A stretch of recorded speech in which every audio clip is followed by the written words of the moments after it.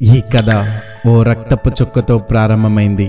కానీ అది గాయం కాదు, శాపము కాదు, అది ఓ రహస్య సంకేతం. ప్రకృతి భాషలో ఒక శక్తివంతమైన సందేశం. మనిషి ఇంకా అడవిలో తిరుగుతూ మంటను కనుగొనక ముందే ఓ మహిళ తన శరీరంలో మొదటిసారిగా దాచిపెట్టిన రహస్యానికి బలైంది. ఆ రోజు ఆమె ఒంటరిగా కేకలు వేసింది. కానీ వినే వాళ్ళెవ్వరూ లేరు. ఎందుకంటే ఆ రోజు ప్రపంచం పీరియడ్స్ అన్న మాటను కూడా వినలేదు. ఆమెను ఎవ్వరూ అర్థం చేసుకోలేదు. అదే రోజున మొదలైంది ఒక శతాబ్దాల ప్రయాణం. భయంతో మొదలై అపహాస్యం గుండా సాగి జ్ఞానంతో ముగిసే ప్రయాణం.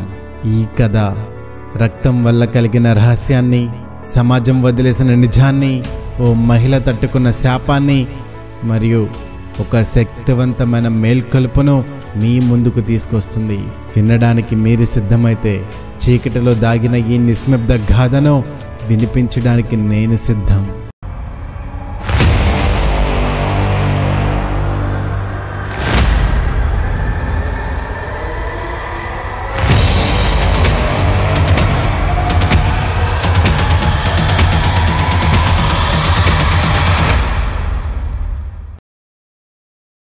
ఒక్కసారి ఊహించుకోండి, మానవ జాతి ముడిపడిన తొలి అడుగుల్లోకి మనం ప్రయాణిస్తున్నాం. అడవుల మధ్య జీవించే ఆది మానవుల కాలం అది. ఎటు చూడదగ్గ వెలుగు లేదు, విజ్ఞానం లేదు, ఉన్నదల్లా భయం, అనిశ్చితి, మృగాల హింస, ప్రకృతిని ఆరాధించే మూఢనమ్మకాలు మాత్రమే. ఆ కాలంలో ఓ యువతి ప్రపంచం ఎప్పటికీ గుర్తుపెట్టుకోదగ్గ మొట్టమొదటి మహిళ తన శరీరంలో జరుగుతున్న రహస్య మార్పును చూసి దిగ్భ్రాంతి చెందింది. కాళ్ళ మధ్య నుంచి ఎర్రటి ద్రవం బయటపడుతోంది. ఆమె భయంతో అడవుల్లో పరుగులు తీసింది. అది శాపమా, శత్రువు చేసిన మాయా, దేవతల కోపమా? ఎవ్వరూ ఆమెని అర్థం చేసుకోలేకపోయారు. ఒక మూలలో ఒంటరిగా బిక్కుబిక్కుమంటూ ఆమె రాల్చిన కన్నీళ్లు శాస్త్రం రాయలేకపోయిన తొలి చాప్టర్.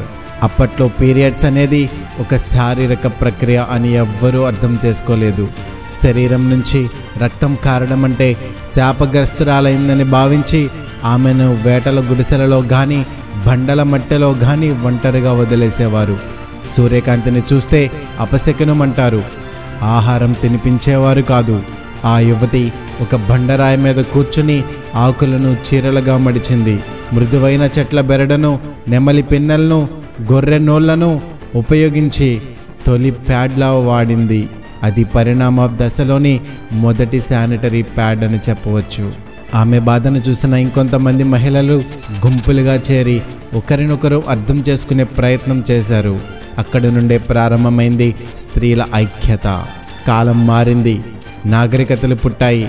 మొహంజోదారోలో పూర్ణిమ రోజున నీటి ట్యాంకుల్లో మహిళలు శుద్ధి చేసుకునే ఆనవాళ్లు దొరికాయి. అయితే రోమన్, ఈజిప్ట్, హిందూ నాగరికతలన్నిటిలోనూ పీరియడ్స్పై ఒక అపహాస్యపు ముసుగు ఉండేది. అది అశుద్ధతగా పరిగణించబడింది. వేలాది ఏళ్లుగా ఆ అశుద్ధ ముద్రతో ఎంతోమంది మహిళలు తమ ఉనికిని ప్రశ్నించుకునే పరిస్థితి వచ్చింది. 19వ శతాబ్దంలో మిషెల్ స్నెల్ అనే మహిళ వడిగా రక్తం కారుతుండగా తన కర్చీఫ్తో అదిపింది. అదే ఆమెకు వచ్చిన ఆలోచన. శరీరాన్ని రక్షించే అబ్జార్బెంట్ మెటీరియల్ తయారు చేయాలనే ఆలోచన ఆ రోజే మొదలైంది. తర్వాత కాలంలో 1920లో కోటెక్స్ అనే బ్రాండ్ తొలి శానిటరీ ప్యాడ్ను మార్కెట్లోకి తీసుకొచ్చింది. కానీ అప్పటికి అవి లజ్జగా మూసివేసిన ప్యాకెట్లో గోప్యంగా అమ్మేవారు. ఈ మొత్తం కథలో భీకరత ఏంటంటే పీరియడ్స్ అనేది ప్రకృతి ఇచ్చిన ఓ అద్భుత శక్తి అయినా సమాజం దాన్ని శాపంగా మలిచింది. అమ్మాయిలను దూరంగా ఉంచింది. వాస్తవాన్ని నేర్పలేదు. కానీ ఇప్పుడు కాలం మారుతుంది. పీరియడ్స్ అంటే శాపం కాదు, జీవన చక్రానికి నిదర్శనం. దాన్ని గౌరవించాలి. పిల్లల్ని మౌనంగా కాదు, విజ్ఞానంగా పెంచుదామని ఈరోజే శపథం చేద్దాం.